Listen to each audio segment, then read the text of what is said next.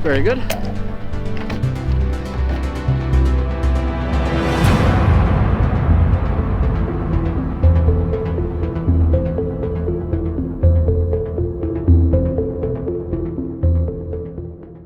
Good morning, everyone. Hope you're all having a wonderful day today. Today, we're taking a look at the most expensive LPVO that I've reviewed to date. This is the Vector Continental 1-10 by 28.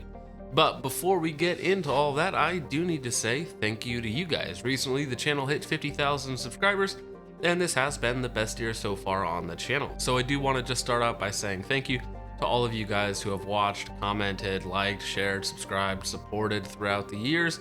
And of course, if you're just a lurker on the channel, well, I thank you for your time as well. Now, full disclosure on the Vector Continental 1-10 by 28 first focal plane optic is that they did send this optic out to me for free. Now, on top of that, I also have a coupon code for them. I believe it's just Focus or Focus Trip. It is a dual affiliate and discount code, so it is 10% off and 10% commission. So if you use that code, I make 10% of whatever it is you buy. Now, Vector doesn't really ever pay out. I think they paid $57 in 2021. So I don't make any money off of that, and I think they have a 12% coupon code on their website anyways. So just go ahead and use that. Now, if you're not familiar with Vector optics, usually they're on the cheaper side. They are a Chinese manufacturer and OEM for a lot of other companies as well. They make a lot of lower end scopes, and they have a sub-brand called Victo Optics that makes extremely cheap stuff, basically airsoft price stuff.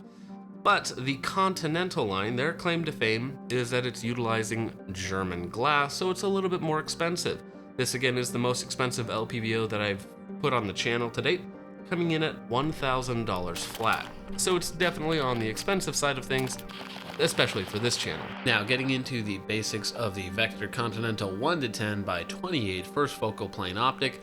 This is, of course, a 1-10 34mm main tube, giving us a 28mm objective, and it is, of course, first focal plane. Now, talking about size and weight, this comes in at a little bit on the big and heavy side, just under 11 inches long and right at 23 ounces.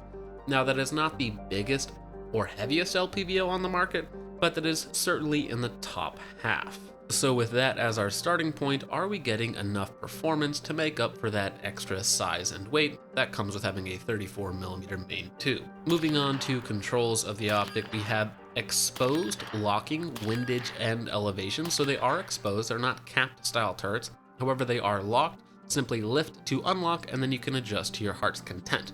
These are in 0.1 mil increments, which is perfect considering the reticle is also in mil.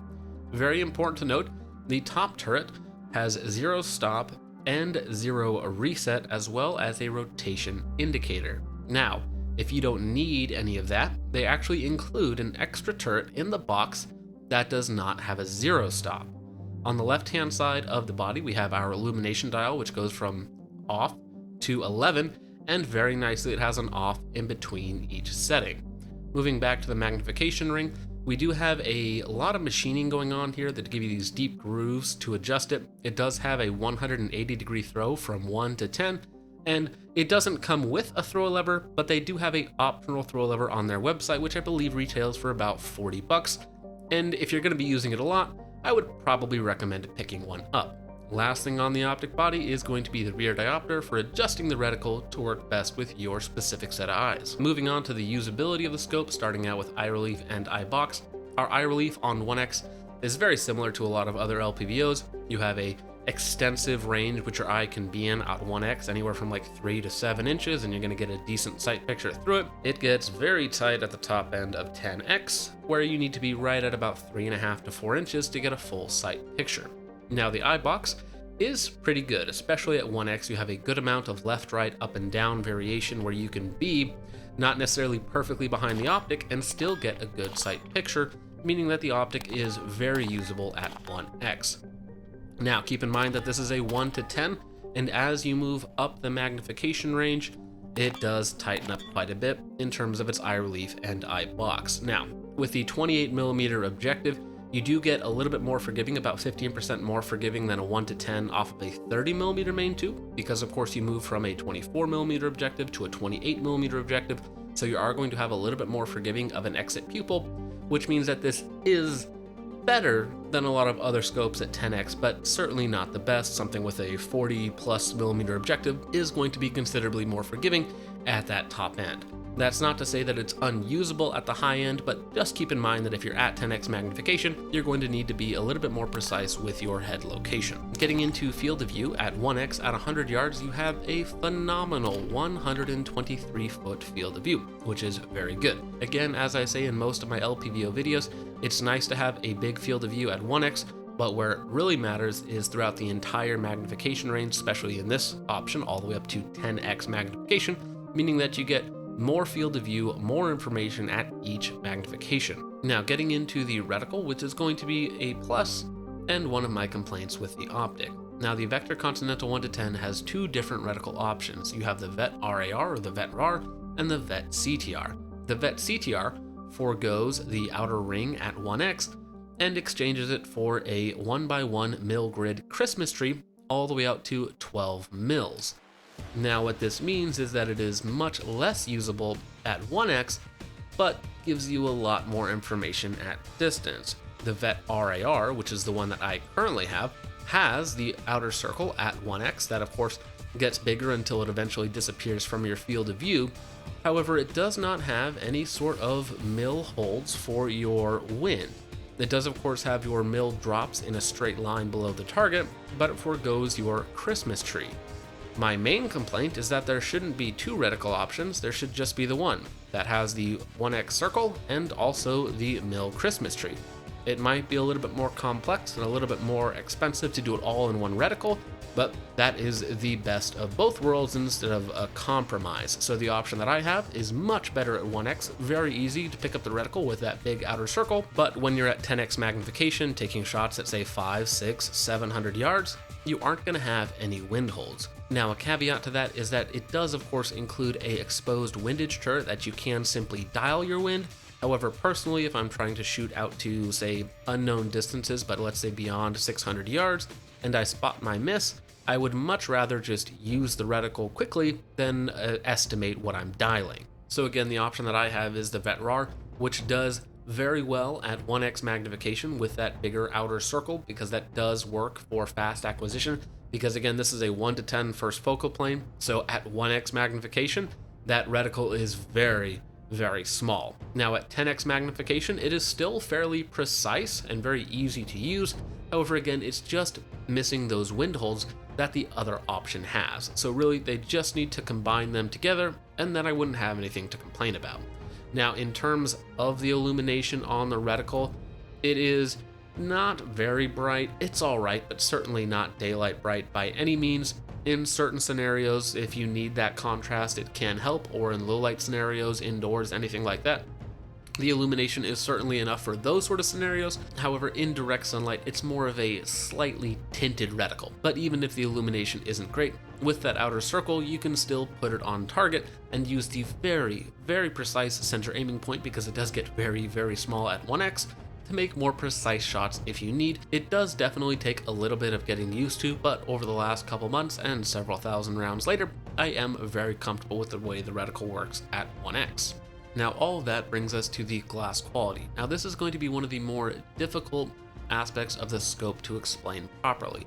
Now, the Continental line's claim to fame is that it is a Chinese body using German glass, boasting a 93% light transmission, which is actually very high. Now, keep in mind that objectively comparing glass through different cameras, editing software, whatever screen that you happen to have at home, is a very, very difficult task to get right.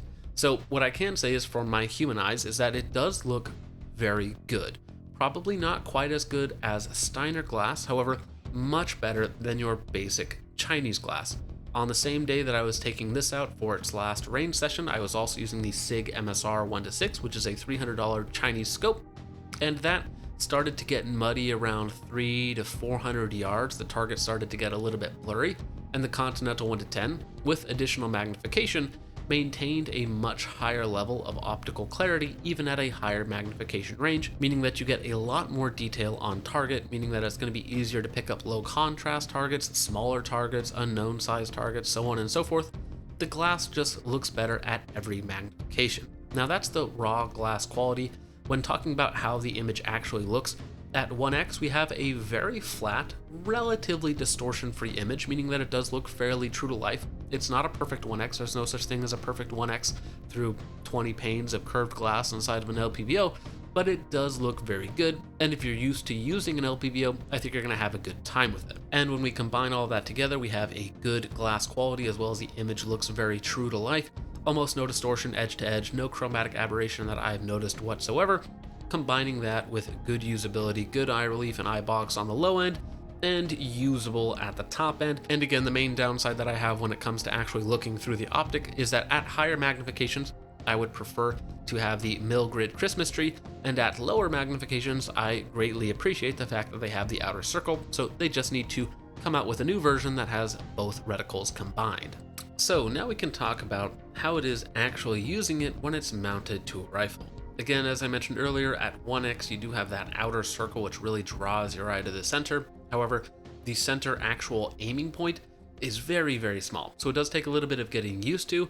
Fortunately, at this point, I have gotten used to it. Now, the illumination again is another area that could help you at 1x, but unfortunately it's a little dimmer than what I would like. Overall, the reticle is still very good at all magnification levels. Just at the top end, it kind of falls off a little bit without the extra information that you would get from a 1x1 mil grid. Even with that valid complaint there, I still have taken this out to 600 yards on multiple guns on multiple occasions, and even without wind holds, it's still easy to do. But again, if you wanted to take it further, especially on 5.56, having wind holds is a nice feature to have. Now, if you're mounting it on something like a 6.5 Grendel, which I've mounted it on, wind doesn't matter all that much, but again, it would be nice because I think most people are probably buying it for a 5.56.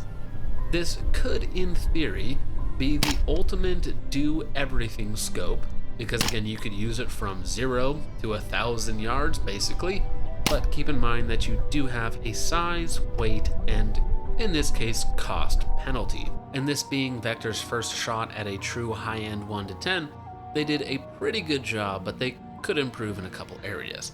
Now, quickly touching on durability, again, I've had this for a couple months, put over 2,000 rounds through it, different calibers, and I did do my standard double drop test on it. Now, starting off with a control group at 50 yards, this was using a Roscoe 13.7 Purebred, which is a fantastically accurate rifle, and we're just using some M855. I believe we put up a 5-round control group to give us a good reference point. Now, after that, we do a shoulder height drop onto the frozen tundra here in South Dakota, and we got no point of impact shift whatsoever. The second drop is also shoulder height, but this time on an AR500 steel plate, which is a unrealistically hard drop, and in theory the hardest drop an optic could ever encounter. And after the drop onto the AR500 steel plate, we got a point of impact shift straight up about 6 inches. Now, I'm actually going to blame this on the mount a little bit. This is the Primary Arms GLX 34mm mount, which is just a rebranded worn mount, which has a pretty thin cantilever section. And the fact that it bent straight up kind of makes me think that the mount crushed down a little bit, therefore increasing my elevation and making it appear as if Zero had shifted straight up. I have had a very similar result in a different Primary Arms GLX 34mm mount on a different optic, which kind of leads me to believe that it has something to do with the mount, and I probably should have bought a more expensive mount for a more expensive optic. And it should be noted that the optic itself is perfectly fine. There was absolutely no loss of function. The top turret was scuffed up, but other than that, perfectly fine. If I didn't mention it, on the Continental line, the turrets themselves are actually 70-75 versus 60-61, so they actually do have some improved durability there. And right after the double drop test, I took it out to 450 yards. So again, it has absolutely no issues with the scope itself, just the point of impact shift, which I'm leaning towards the fact that it was more on the mount side of things than on the actual optic side of things. Now, when we get into the value discussion, this is a very interesting market segment. There's really only one other analog to the Vector Continental 1-10, and that is going to be the Voodoo 1-10x28, specifically with the SR5 reticle, because the SR4 reticle is basically identical to this one. Vector basically copied and pasted the EOTech Voodoo formula, and for good reason. It works quite well. The Voodoo 1 to 10 has a very similar size and weight. I want to say it's about 1.5 ounces lighter, maybe a little bit shorter, has a slightly lower field of view, slightly tighter eye relief, and the Vector Continental is $700 cheaper. Now, neither of these are cheap optics. The EOTech Voodoo is a Japanese optic, the Vector Continental is a Chinese/German optic, so comparing them side to side, which I don't have one side by side here, is very difficult to do, but again, that's really the only other analog for this style of optic on the market. So again, if we're only comparing it to the EOTech Voodoo, I think it does represent a good value because it is, again, $600-700 cheaper. However, when we compare it to everything else in the market currently for how it performs at distance, how it performs up close, I think it's in a pretty tough segment because it's also going to be competing with things like the PLX-C 1 to 8 from Primary Arms and several other very nice LPVOs. The Night Force and LPVOs are going to be in there, and name a bunch of others as well in that $1,000 plus category. So it has a lot of very tough competition. And while it might not be the most expensive option when compared to some of its competitors, it is going to be very expensive when compared to the rest of Vector's lineup. So for a flat $900, is this a good buy?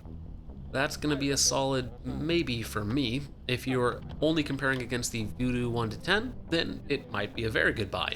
But when you're comparing it again to the rest of the market, then it becomes a little bit harder of a sell. So it is a very good optic. It's very useful at, again, anywhere from really 0 to about 800 yards, but it's certainly not for everyone. But that's about all that I have on the Vector Continental 1 to 10 by 28. Certainly an interesting option in the market. But with all of that out of the way, guys, once again, I do need to say thank you to all of you for watching the video this far. And again, thank you for the best year that I've had on YouTube so far. With all of that out of the way, gentlemen, thank you for watching. I hope you all enjoyed, and I will see you in the next one. God bless.